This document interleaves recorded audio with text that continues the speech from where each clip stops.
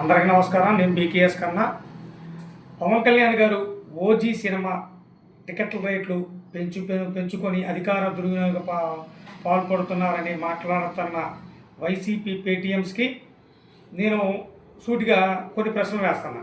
అధికార దుర్వినియోగం అంటే యాత్రా సినిమా నిర్మించిన నిర్మాతకి విలువైన భూమిని కట్టబెట్టడం.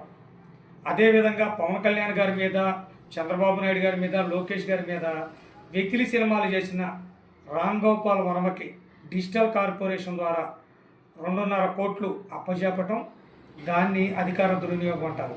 అదేవిధంగా ప్యారిడీ సినిమాలు చేసే నిర్మాత దాసరి కిరణ్కి టీటీడీ బోర్డులో మెంబర్ ఇవ్వటం, దాన్ని అధికార దుర్వినియోగం అంటారు పేటీఎంస్. అది గుర్తుపెట్టుకోండి. పవన్ కళ్యాణ్ ఎప్పుడూ కూడా, పవన్ కళ్యాణ్ గారు నిజాయితీగా పరిపాలన చేసే నాయకుడు. అలాంటి నాయకుడి మీద మీరు బురద జల్లటం అంటే ఆకాశం మీద ఉమ్మేయటమే. గుర్తుపెట్టుకోండి.